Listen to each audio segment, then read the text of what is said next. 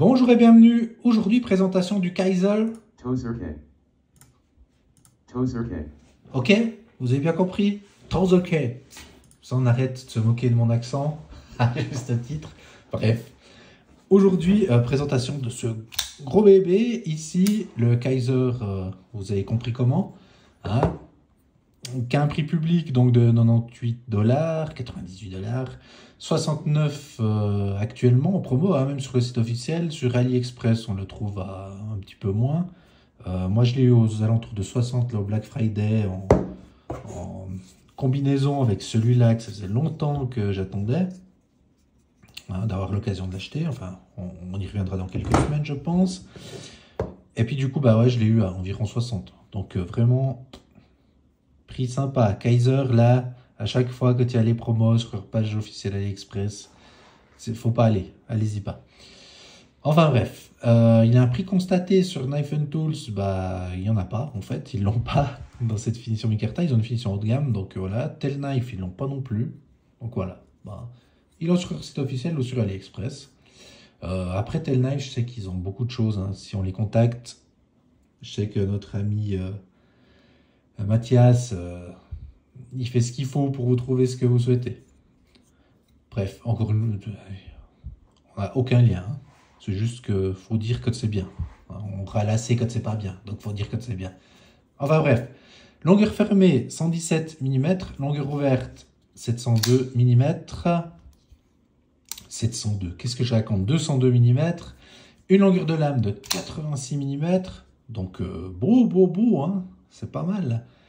Longueur de tranchant, à peu près pareil, à peine moins peut-être, compter sur un 83, on va dire, 82, 83. Mais peu importe, c'est une belle taille, c'est plus de 8 mm. Une épaisseur de lame de 3,2 mm, une émouture plate, du moins jusque-là. Un acier intéressant, hein, du 154 cm, bel acier. Épaisseur de manche 13,9 mm. En micarta rouge qui tire un peu sur le foncé, hein, qui va bien par exemple avec un couteau suisse. Voilà, hein, en version standard ou en version translucide, hein, avec un Cyber Tool M toujours. Je trouvais que ça allait pas mal le combo. Alors ça c'est le L, hein. Voilà, bref, c'était pour illustrer. Il a un clip qui est discret et réversible. Le système d'ouverture, ben, comme vous aurez vu, c'est les tétés. Voilà, efficace. Un système liner lock avec voilà, qui donne confiance, qui est facile à désengager, enfin agréable, doux à désengager.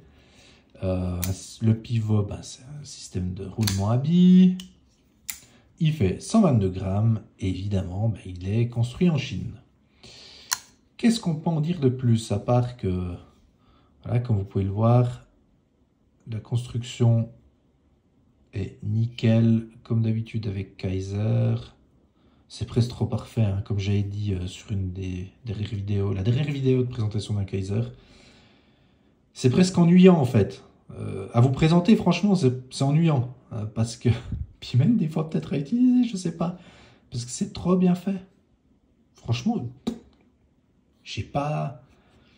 Ouais, en termes de fabrication, on parle uniquement de la fabrication. Ici, vous voyez, les platines sont ajourées. Le micarta est à fleurs. Il n'y a rien qui dépasse. Il y a tout qui est bien assemblé. Ça vient bien affûté d'origine. Ça vient bien régler. La fluidité est excellente.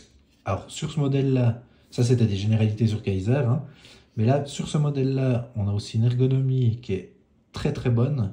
Vous voyez ici le jimping sur le dos de la lame et sur le bas de la lame.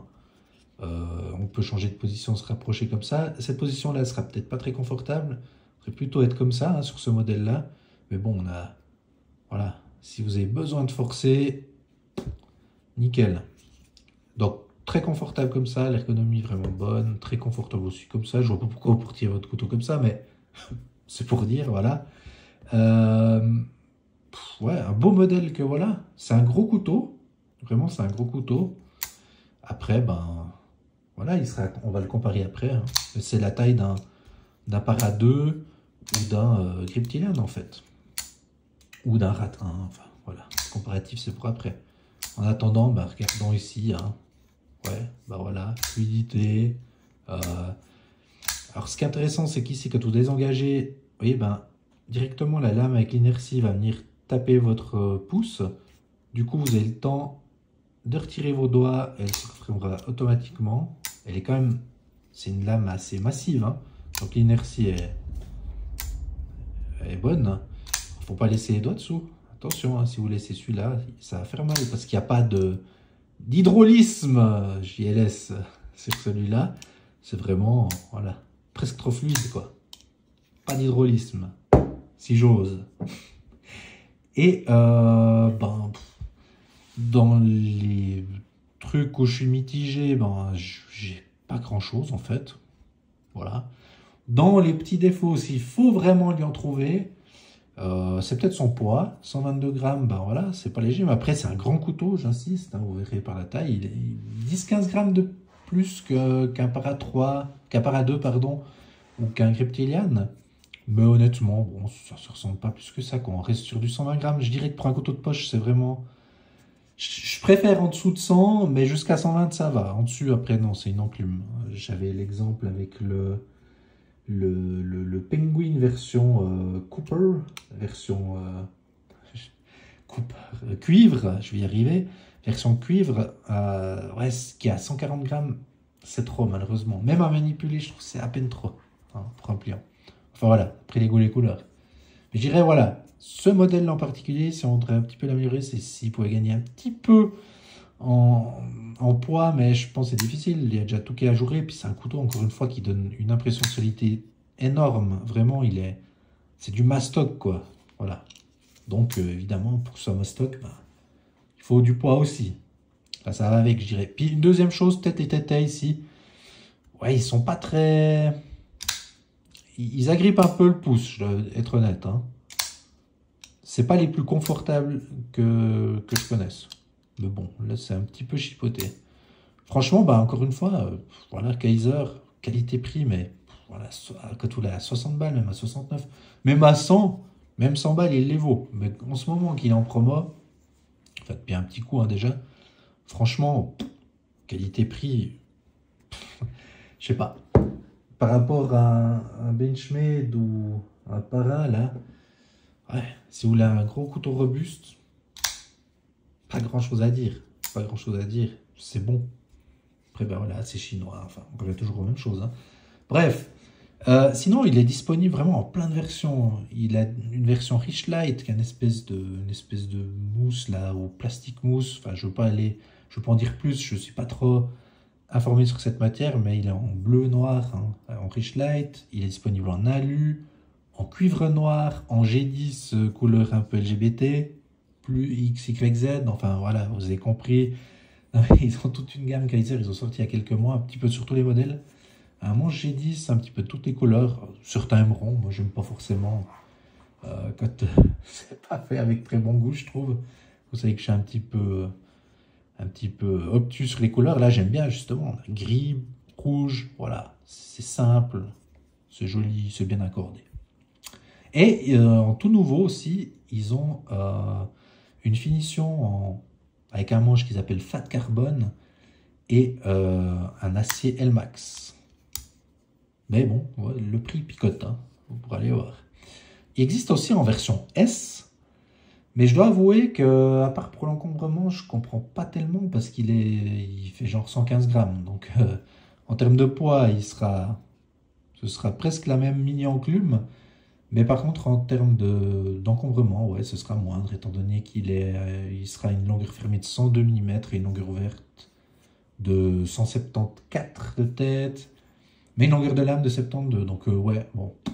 À part si vous avez vraiment des petites poches, mais moi, c'est plus le poids que l'encombrement souvent qui me gêne. Donc, je vois pas trop vraiment l'utilité de la version S. Mais certains y trouveront leur compte, ça c'est clair. Bon, passons vite aux présentations. Donc, on parlait de comparatif. Ici, j'ai ce C01C là, qui m'a tapé dans l'œil depuis longtemps, depuis plusieurs années presque même on peut dire.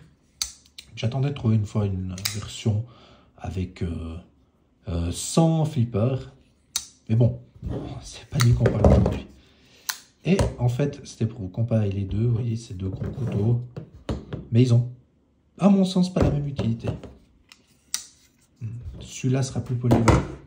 Ça, je peux vous le spoiler déjà, on va dire. Ensuite, ben, ouais, on parlait du RAT 1.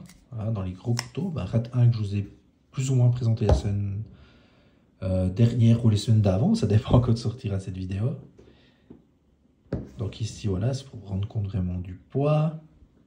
Enfin, de la taille, pas du poids. Ensuite, ben, bon, on va comparer nos classiques avec l'Astute ici, Delica 4. Voilà les habituels, hein, vous connaissez maintenant. Andorra.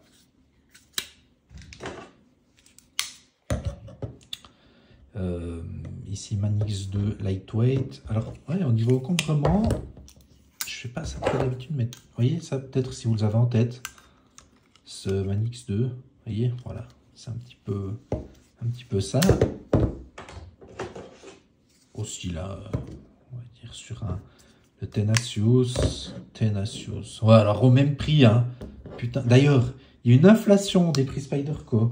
C'est un truc de malade. Je fais une petite aparté. C'est incroyable. L'inflation qu'a pris Spyderco. En fait, j'ai déjà vu il y a quelques mois chez Telknife, mais en fait, Telknife, je comprends. Ils travaillent à flux tendu, hein, ils n'ont pas de stock. C'est pour ça qu'ils ont des prix aussi intéressants, mais ils n'ont pas de stock. Du coup, bah, ils doivent adapter leur prix assez rapidement, je pense. Donc, il y avait déjà eu une petite inflation, là, j'ai vu, au mois de genre septembre, et sur Spyderco. Et là, maintenant, ça s'est répliqué vraiment ouais, chez les autres revendeurs. Là, chez Knife and Tools, etc., c'est de la folie. Les couteaux Spyderco ont augmenté de 30 à 40%. Ils sont malades. Un Tenacious, là, je regardais là, un youtubeur italien, PTG, je sais plus, qui est assez sympa à regarder pour ceux qui comprennent italien. Et il en parlait cette semaine, justement, il a sorti une vidéo là-dessus. Je vous la mettrai en description. Il a sorti une vidéo là-dessus. C'est de la folie. C'est de la folie ce que ça a augmenté ces prix chez Spyderco. Donc, ouais. Moi, je sais pas si je serais toujours client, honnêtement. À part sur quelques modèles, peut-être où j'aurais le coup de cœur. Mais là, ça devient beaucoup trop cher.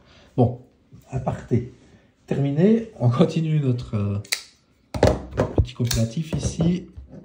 Avec WinKnife, Banter.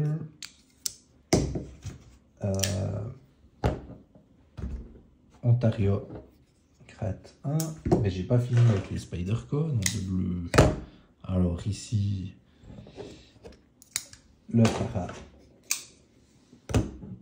3, le Para 2, donc vous voyez, sur un couteau un petit peu du même type. Hein. Par contre, on sera plus fin avec le Para 2, légèrement plus fin. Hop. Voilà. Le Centofante. D'ailleurs, il y a une version, le Centofante 4. C'est dommage qu'il n'ait plus fait. Ça, j'aurais bien voulu lui mettre la main dessus. J'aime bien sa tête. Mais bon, maintenant, c'est la collection du coup. Vu qu'on ne le trouve plus en neuf. Voilà, notre ami Penguin ici. Ah ouais, il faut toujours que je commande un mini Penguin. Hein, mais c'est dur à trouver ce mini Penguin. Et puis le Penguin Plus, là, trop cher. Enfin, trop cher. Je pense que la qualité ira avec, mais ouais, je sais pas. Le mini Cryptilian. Le Cryptilian. Aussi, on va faire un petit peu la comparaison comme ça. Voilà, walou. Hop. Elementum. Elementum Button Lock. Très bien ce petit Elementum Button Lock. D'ailleurs, je me demandais si c'était une fois intéressant, si ça vous plairait une fois avoir mon avis. Par exemple, j'ai fait beaucoup de présentations de CVV un petit peu dans les débuts de la chaîne. Et les avis changent tellement avec l'expérience, entre guillemets, puis les dizaines de produits que j'ai vus. Ça vous intéresserait que je refasse ouais, une revue de la revue, ou je sais pas, voir comment mes goûts peut-être ont changé. etc. quoi. Parce que des fois, ben, les avis évoluent. Les cons qui changent pas d'avis, on dit. Hein. Alors, ici, 111 mm, 130 mm. Ouais, c'est important de ça, se remettre en question des fois. 95 mm Suiza. Là, on l'a déjà vu avant, mais pour le geste. Voilà. Un Vic. Hop. 1,91. Oh là là. Un Kiana. Ah, ce Kiana, il est quand même bien pour le prix. Là, ils ont quelque chose. Hein. Ils ont quelque chose chez Florinox. Il faudrait qu'ils en fassent plus la promo, je pense. Un numéro 8. Un numéro 9. Pour notre ami Jean-Luc qui, je sais pas, ça fait un moment qu'on ne le voit plus en commentaire ou en vidéo. Il a peut-être pris une bonne résolution, une mauvaise résolution, je sais pas, pour cette nouvelle année. Jean-Luc, hein, fais signe, Jean-Luc. Allez, assez discuté, à la prochaine.